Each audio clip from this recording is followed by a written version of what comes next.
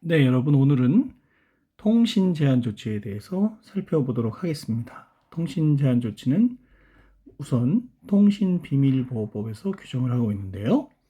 통신비밀보호법은 우편물의 검열과 전기통신의 감청을 통신 제한 조치로서 규정을 해서 엄격한 법적 규제를 가하고 있습니다. 한편 통신비밀보호법은 우편물의 검열과 전기통신의 감청 이외에도 공개되지 아니한 타인 간의 대화의 녹음, 청취 및 통신사실 확인 자료의 취득, 또 그 규율 대상에 포함시켜 규정하고 있다는 것을 유의를 해야겠습니다. 통신비밀보호법은 국가기관에 의한 통신비밀 침해 행위를 원칙적으로 금지하면서 영장주의를 도입을 해서 예외적으로 법원의 허가를 얻은 때에만 우편물의 검열이나 전기통신의 감청 등 앞서 본 바와 같은 조치들을 할 수 있도록 하고 있습니다. 통신비밀보호법은 통신제한 조치의 성격을 명백히 강제 수사로 규정을 해서 이에 대해서 엄격한 요건과 절차를 요구하고 있는 것이다. 이렇게 이해할 수 있겠죠. 그래서 통신비밀보호법에 따르면 우편물의 검열, 이 우편물의 검열에는 당사자의 동의 없이 이를 개봉하거나 기타 방법으로 내용을 알아내는 거죠. 또는 체록하거나 유지하는 것도 포함이 됩니다. 그리고 전기통신의 감청, 당사자의 동의 없이 전자장치, 기계장치 등을 사용해서 통신의 음향, 문헌, 부호, 영상을 청취, 공독하여 그 내용을 지득 또는 체록하거나 전기통신의 이송, 수신을 침해하는, 방해하는 것을 말합니다. 이 두 가지를 원칙적으로 통신 제한 조치라고 부르고 있고요. 통신비밀보호법은 범죄 수사를 위한 통신 제한 조치와 국가 안보를 위한 통신 제한 조치, 그리고 긴급 통신 제한 조치, 이렇게 세 가지로 나눠서 규정하고 있는데요. 통신 제한 조치는 통신비밀보호법 5조에 규정된 중대한 범죄를 계획 또는 실행하고 있거나 실행하였다고 의심할 만한 충분한 이유가 있고, 다른 방법으로는 그 범죄 실행을 저지하거나 범인의 체포 또는 증거의 수집이 어려운 경우 안에서 허가할 수 있다. 그래서 5조 1항에서 범죄 수사를 위한 통신 제한 조치를 얘기하고 있습니다. 중대한 범죄를 실행하고 있거나 실행한 경우뿐만 아니라 계획하고 있는 경우도 포함되기 때문에 범죄가 예비, 음모의 단계에 있는 경우라도 통신 제한 조치가 가해질 수가 있는 거고요. 이와 같은 통신 제한 조치의 기간은 2달, 2월을 초과하지 못하고 그 기간 중에 통신 제한 조치의 목적이 달성되었다 그러면은 기간 내라 하더라도 즉시 종료하여야 하는 것이죠. 수사 목적상 2개월을 초과해서 통신 제한 조치를 행할 필요가 있는 때에는 동일한 범죄 사실에 대하여 법원에 다시 통신 제한 조치 허가를 청구를 하여야 합니다. 그리고 전기통신의 감청이라는 것은 전기통신이 이루어지고 있는 상황에서 실시간으로, 그렇죠? 전기통신이 이루어지고 있는 상황에서 실시간으로 그 전기통신의 내용을 체록하는 경우와 통신의 송수신을 직접적으로 방해하는 경우를 의미하는 것이지, 이미 수신이 완료된 전기통신에 관하여 남아있는 기록이나 내용을 열어보는 등의 행위는 전기통신의 감청이 아니라 수색이나 이런 식으로 넘어가게 되는 것이죠. 그래서 관련 판례로서 2010도 9007호 판결을 보시면요. 전기통신의 감청에서 감청의 개념 규정에 비추어 볼 때 현재 이루어지고 있는 전기통신의 내용을 체록하는 경우와 통신의 송수신을 직접적으로 방해하는 경우를 의미하는 것이지, 전자우편이 송신되어 수신인이 이를 확인하는 등으로 이미 수신이 완료된 전기통신에 관하여는 남아있는 기록이나 내용을 열어보는 등의 행위가 포함되지 않는다. 이는 행위의 태양으로 보면 오히려 위 법에서 우편물에 대하여 당사자의 동의 없이 개봉하는 등의 행위를 규정한 검열에 가까운 것이지만, 전자우편의 검열은 통신 제한 조치 허가 등 위 법에 의한 규율 대상에 포함되지 않음이 법률 규정상 명백하다. 이렇게 하고 있는 것이죠. 통신제한조치 허가서에는 통신제한조치의 종류, 그 목적, 대상 범위, 기간 및 집행장소와 방법을 특정하여 기재를 해야 되고요. 수사기관은 그 허가서에 기재된 허가의 내용과 범위 및 침해 방법 등을 준수하여 통신제한조치를 집행하여야 합니다. 다만 수사기관은 통신기관 등의 통신제한조치 허가서의 사본을 교부하고 그 집행을 위탁을 할 수가 있는데요. 위탁하는 경우에도 집행의 위탁을 받은 통신기관 등은 수사기관이 직접 집행할 경우와 마찬가지로 허가서에 기재된 집행 방법 등을 준수하여야 합니다. 따라서 허가된 통신제한조치의 종류가 전기통신의 감청인 경우 수사기관 또는 수사기관으로부터 통신제한조치의 집행을 위탁받은 통신기관 등은 통신비밀보호법이 정한 감청의 방식으로 집행을 하여야 하고 그 외 다른 방식으로 집행하여서는 아니 되는 거죠. 한편 수사기관이 통신기관 등의 통신제한조치 집행을 위탁하는 경우에는 그 집행에 필요한 설비를 제공하여야 하고요. 수사기관으로부터 통신제한조치의 집행을 위탁받은 통신기관 등이 그 집행에 필요한 설비가 없을 때에는 수사기관에 그 설비 제공을 요청해야 하고 그러한 요청 없이 통신제한조치 허가서에 기재된 사항을 준수하지 않은 채 통신제한조치를 집행하였다면은 그러한 집행으로 인하여 취득한 전기통신의 내용 등은 헌법과 통신비밀보호법이 국민의 기본권인 통신의 비밀을 보장하기 위해 마련한 적법 절차를 따르지 아니하고 수집한 위법 증거에 해당하기 때문에 그와 같은 전자정보는 유죄 인정의 증거로 할 수 없다는 것이 판례의 입장입니다.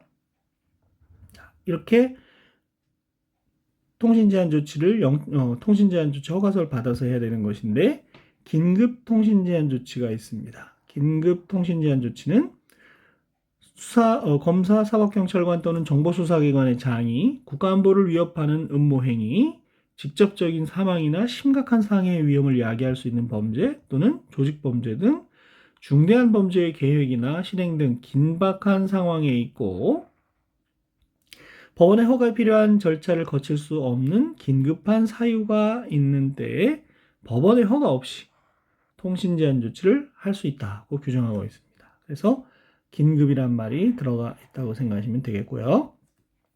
긴급 통신제한조치의 집행 착수 후에 그렇죠? 지체 없이 법원에 허가 청구를 하여야 하며 그 긴급 통신제한조치를 한 때부터 36시간 이내에 법원의 허가를 받지 못한 때에는 즉시 중지하여야 됩니다. 36시간이라는 거 유의를 해야 되겠고요. 법원의 허가를 받지 못한 감청은 불법 감청이 돼서 그러한 불법 감청에 의해서 취득한 전기통신의 내용은 역시 증거 능력이 없게 되겠습니다. 그 다음 통신제한조치와 관련해서 통신사실 확인 자료를 요청할 수 있는 규정이 있습니다. 통신사실 확인 자료라는 것은 무엇이냐?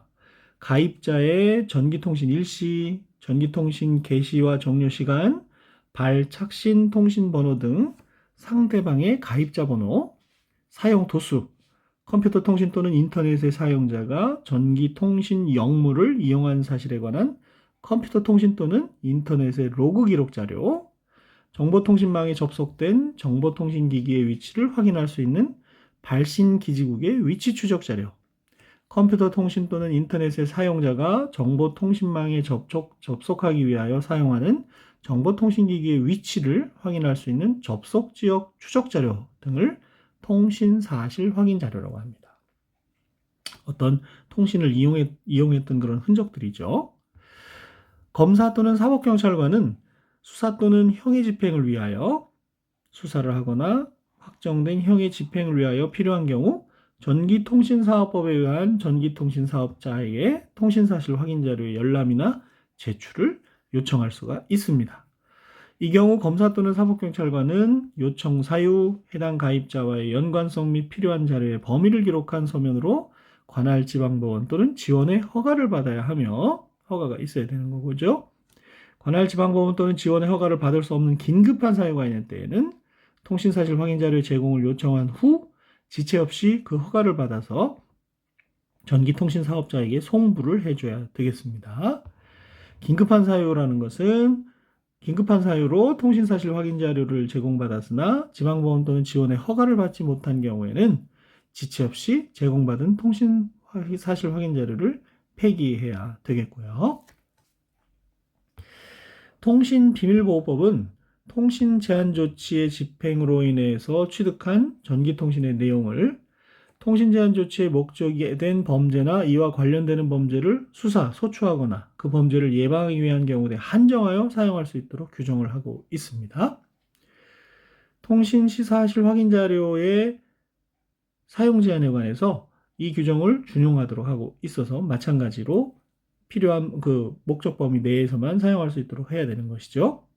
따라서 통신사실 확인 자료 제공 요청에 의하여 취득한 통화 내역 등 통신사실 확인 자료를 범죄의 수사, 소추를 위하여 사용하는 경우 그 대상 범죄는 통신사실 확인 자료 제공 요청의 목적이 된 범죄 및 이와 관련된 범죄에 한정되어야 한다는 것이 대법원 판례 입장이죠. 통신사실 확인 자료 제공 요청의 목적이 된 범죄와 관련된 범죄라는 것은 무엇이냐?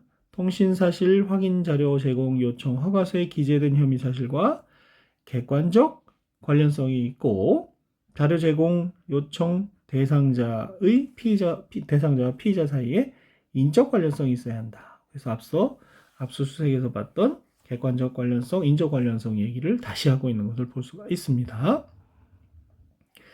앞서 봤던 2014도 2121호 판결을 좀 더 자세히 살펴보면요. 통신사실 확인 자료의 사용 제한에 관하여 통신비밀보호법 12조 1호를 준용하도록 한 같은 법 13조의 5에 의하면 통신사실 확인 자료 제공 요청에 의하여 취득한 통신사실 확인 자료를 범죄의 수사, 소추 또는 예방을 위하여 사용하는 경우 그 대상 범죄는 통신사실 확인 자료 제공 요청의 목적이 된 범죄나 이와 관련된 범죄에 한정된다는 것이죠. 자, 이 사건 통화 내역은 원심이 뭐라고 했느냐면 A와 B에 대한 공직선거법 위반 사건의 수사 과정에서 SK텔레콤 주식회사가 강원 정원경찰서장에게 제공한 것인데요. 검사가 이를 취득하는 과정에서 통신비밀보호법 13조 2항 또는 3항에 의한 지방법원 또는 지원의 허가를 받았다 하더라도 피고인에 대한 정치자금법 위반 사건이 달라지는 거죠.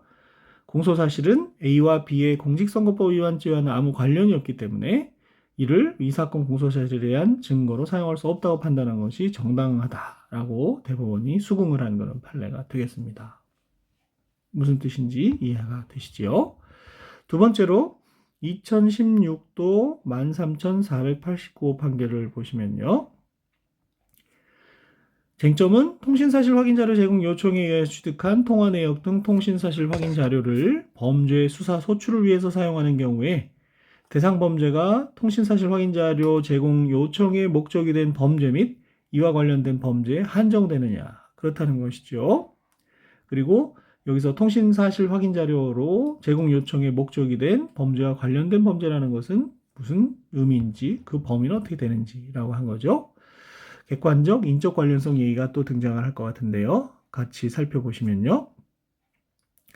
통신비밀보호법은 통신제한 조치의 집행으로 인하여 취득된 전기통신의 내용은 통신제한 조치의 목적이 된 범죄나 이와 관련되는 범죄를 수사, 소추하거나 그 범죄를 예방하기 위한 경우 등에 한정하여 사용할 수 있도록 규정을 하고 있고 통신사실 확인 자료의 사용 제한에 관하여 이 규정을 준용하도록 하고 있습니다. 따라서 통신사실 확인 자료 제공 요청에 의하여 취득한 통화 내역 등 통신사실 확인 자료를 범죄 수사 소추를 위하여 사용하는 경우 그 대상 범죄는 통신사실 확인 자료 제공 요청의 목적이 된 범죄 및 이와 관련된 범죄에 한정되어야 하죠. 여기서 통신사실 확인 자료 제공 요청의 목적이 된 범죄와 관련된 범죄라는 것은 통신사실 확인 자료 제공 요청 허가서에 기재된 혐의 사실과 객관적 관련성이 있고 자료 제공 요청 대상자와 피의자 사이에 인적 관련성이 있는 범죄를 의미하는 것이죠. 그중 혐의 사실과의 객관적 관련성은 통신사실 확인 자료 제공 요청 허가서에 기재된 혐의 사실 자체 또는 그와 기본적 사실관계가 동일한 범행과 직접 관련되어 있는 경우는 물론이고 범행 동기와 경위 범행 수단 및 방법, 범행 시간과 장소 등을 증명하기 위한 간접 증거나 정황 증거 등으로 사용될 수 있는 경우에도 인정될 수 있습니다.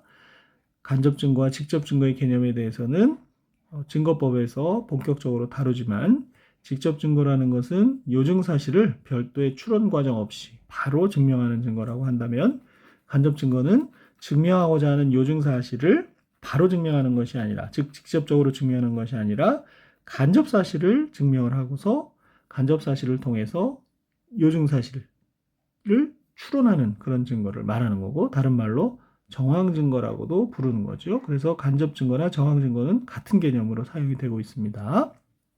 자, 계속해서 읽어보면요. 다만 통신비밀보호법이 이와 같이 통신사실 확인 자료의 사용 범위를 제한하고 있는 것은 특정한 혐의 사실을 전제로 제공된 통신사실 확인 자료가 별건의 범죄 사실을 수사하거나 소추하는 데 이용되는 것을 방지함으로써 통신의 비밀과 자유에 대한 제한을 최소화하는 데 입법 취지가 있습니다. 따라서 그 관련성은 통신사실 확인 자료 제공 요청 허가서에 기재된 혐의 사실의 내용과 당해 수사의 대상 및 수사 경위 등을 종합하여 구체적, 개별적 연관관계가 있는 경우에만 인정된다고 보아야 하고 혐의 사실과 단순히 동종 또는 유사 범행이라는 사유만으로 관련성이 있다고 할 것은 아니다 라고 하고 있습니다. 그리고 피의자와 사이의 인적 관련성이라는 것은 통신사실 확인 자료의 제공, 통신사실 확인 자료 제공 요청 허가서에 기재된 대상자의 공동정범이나 교사범 등 공범이나 간접정범은 물론 필요적 공범 등에 대한 피고 사건에 대해서도 인정될 수가 있는 거죠. 압수수색에서의 관련성과 비교해서 살펴보면 좋겠습니다. 이 사건 공소 사실은 뭐였었냐 하면 부산교통공사 사장 피고인 2가 피고인 1로부터 부산교통공사가 발주하는 지하철 공사 현장에 식당 운영권 수주 청탁을 받고 뇌물을 수수하고 피고인 1은 뇌물을 공유했다. 이런 것이었죠.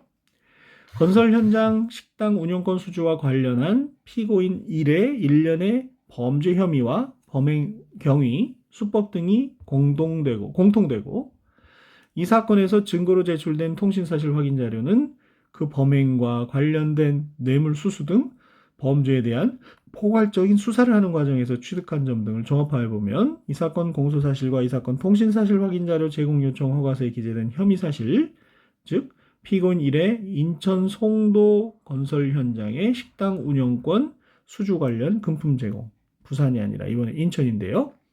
객관적 관련성이 인정이 되고 그 허가서의 대상자료 기재된 피고인 1은 이 사건 피고인 2의 뇌물수수 범행의 증례자로서 필요적 공범에 해당하는 이상 인적 관련성도 인정이 되기 때문에 그와 같은 허가서에 의해서 제공받은 피고인 1과 피고인 2의 통화 내역은 피고인 2에 대한 이 사건 공소사실의 증명을 위한 증거로 사용할 수 있다고 판단한 사례죠. 통신사실의 관련성이 있다라고 본 것입니다.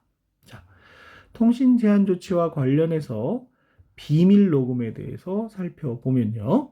비밀 녹음이라는 건 결국 모르게 녹음했다는 것 아니겠습니까? 누구든지 공개되지 아니한 타인 간의 대화, 공개되지 않은 타인 간의 대화도 녹음하거나 전자장치 또는 기계적 수단을 이용하여 청취할 수 없다.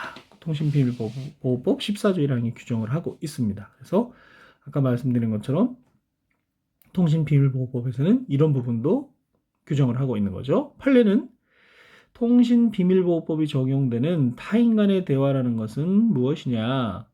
원칙적으로 현장에 있는 당사자들이 육성으로 말을 주고받는 의사소통 행위를 가리키며 사람의 육성이 아닌 사물에서 발생하는 음향은 타인 간의 대화에 해당하지 않는다. 대화라는 건 사람에 의해서 목소리에 의해서 주고받는 의사소통 행위를 말한다는 거죠. 또한 사람의 목소리라고 하더라도 상대방에게 의사를 전달하는 말이 아닌 단순한 비명소리나 탄식 등은 타인과 의사소통을 하기 위한 것이 아니라면 특별한 사정이 없는 한 타인 간의 대화에 해당하지 않는다. 그래서 그런 경우에는 녹음하거나 청취할 수 있다는 얘기가 됩니다. 그런 뜻으로 받아들이셔야 되는 거죠.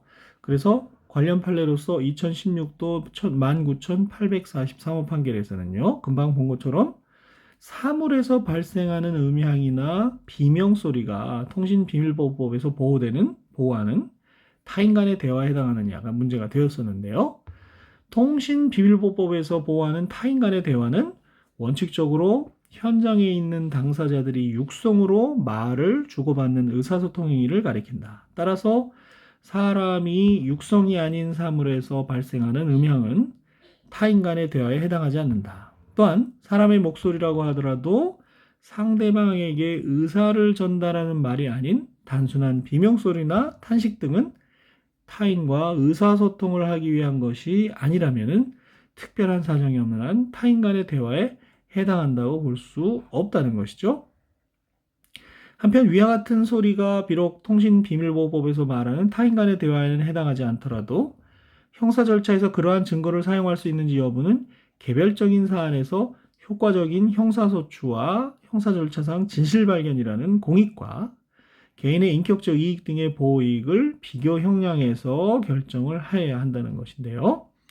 대화에 속하지 않는 사람의 목소리를 녹음하거나 청취하는 행위가 개인의 사생활의 비밀과 자유 또는 인격권을 중대하게 침해해서 사회통념상 허용되는 한도를 벗어난 것이라면 단지 형사소추에 필요한 증거라는 사정만을 들어 곧바로 형사소송에서 진실발견이라는 공익이 개인의 인격적 이익 등 보호이익보다 우월한 것으로 섣불리 단정해서는 안 된다.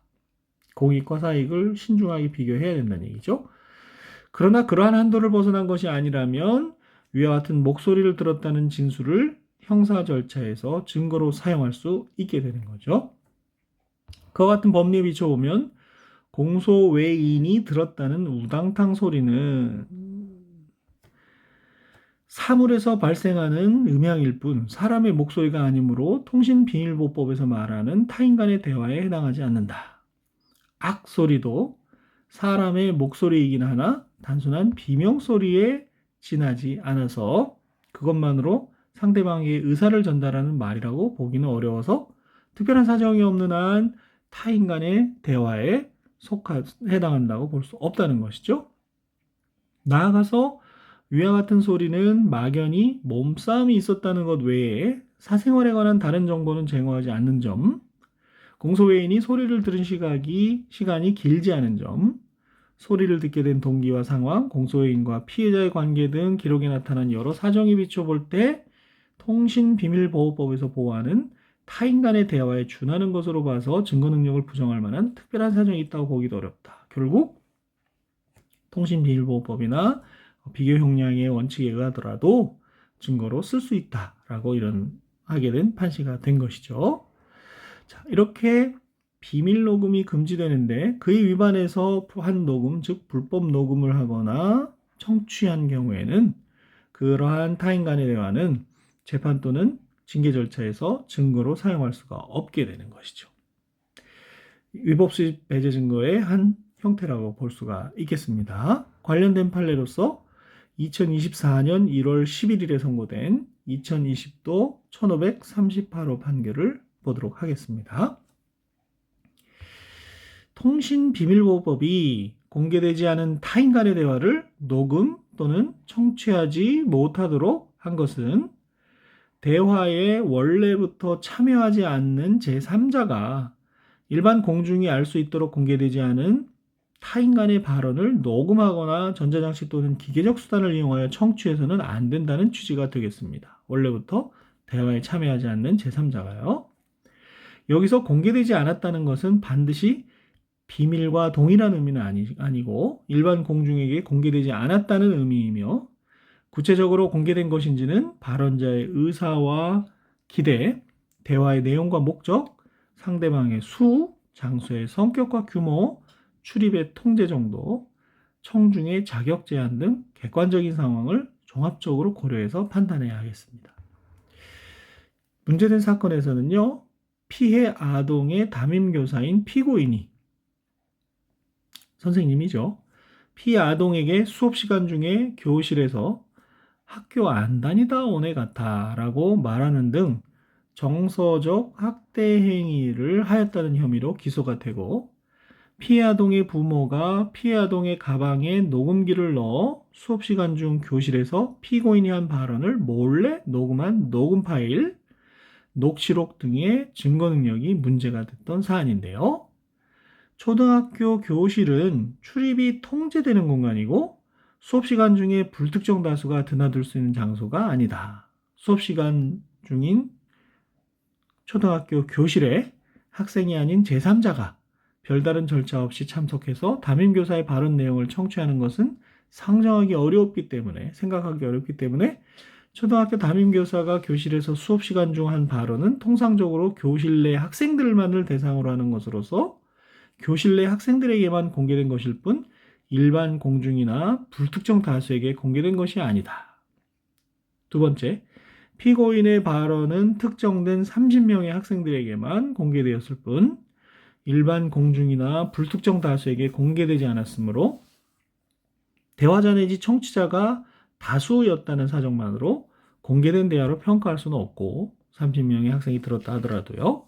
대화 내용이 공적인 성격을 갖는지 여부나 발언자가 공적 인물인지 여부 등은 공개되지 않은 대화에 해당하는지 여부를 판단하는 데 영향을 미치지 않는다.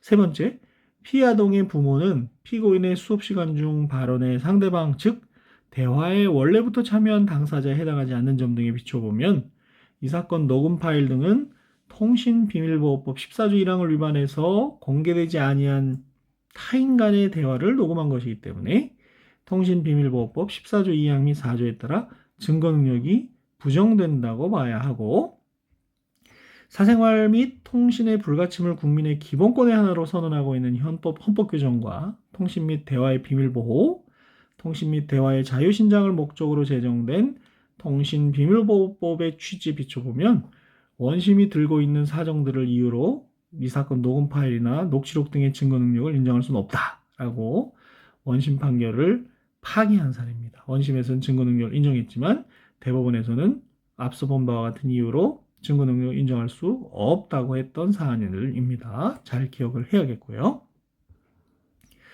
한편 2024년 2월 19일 선고된 2023도 8603 판결을 보시면요. 죄명은 통신비밀보호법 위반이었는데요. 피고인이 2020년 2월 배우자와 함께 거주하는 아파트 거실에 녹음 기능이 있는 영상정보 처리기기, 이른바 홈캠이라는 것을 설치를 하고 2020년 5월 1일 약 두세 달이 지나서 오후 1시경 위 거실에서 배우자와 그 부모 및 동생이 대화하는 내용이 위 기기에 자동 녹음되어서 위와 같이 종료된 대화의 녹음물을 재생해서 듣게 된 사안이 되겠습니다.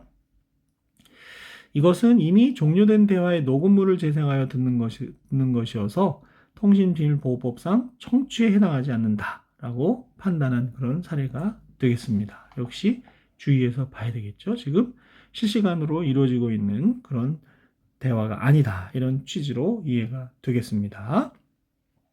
자, 오늘은 대물적 강제 수사로서 통신 제한 조치에 대해서 살펴봤습니다. 통신비밀보호법 위주로 해서 통신 제한 조치 어떤 것들이 있고 그 적법하게 통신 제한 조치를 하거나 타인 간의 대화를 청취, 녹음하거나 하는 경우가 어떻게 되는지 요건과 효과에 대해서 잘 살펴봐야 되겠습니다. 여러분 수고하셨습니다.